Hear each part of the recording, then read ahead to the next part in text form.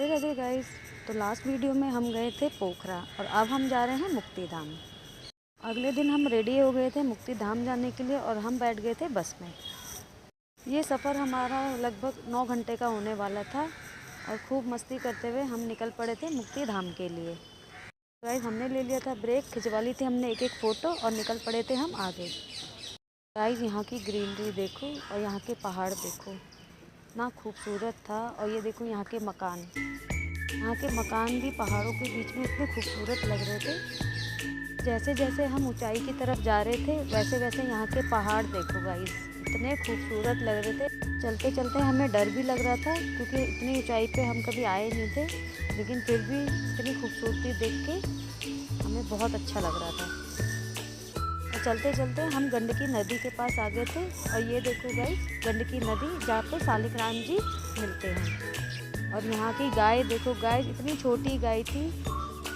Finally हम पहुँच गए थे मुक्ति धाम और हमने ले ली थी एक एक फ़ोटो और हम निकल पड़े थे हम आगे। और इसी रास्ते से हमें ऊपर जाना था, ये थी वहाँ की सीढ़ियाँ। और फाइनली हम यहाँ पे पहुँच गए हैं और यहाँ के नज़ारे देखो गाइस, ये है मुक्ति धाम का मंदिर। और यहाँ पे ये देखो गाइस, यहाँ पे एक हवन कुंड भी है जहाँ की हम तैयारी कर रहे थे हवन कराने की।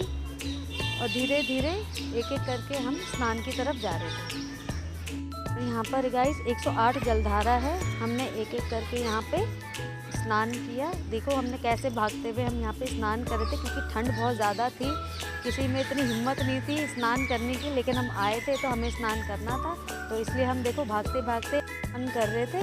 और यहाँ पे देखो ये कुंड है और इसमें भी हमें डुबकी लगानी थी, लेकिन ठंड इतनी ज़्यादा थी गाइस बहुत, कि हमने एक एक डुबकी तो लगा ही ली और हम बढ़ गए आगे। और ये देखो गाइस हम कैसे डुबकी लगाते हुए आगे बढ़ रहे थे।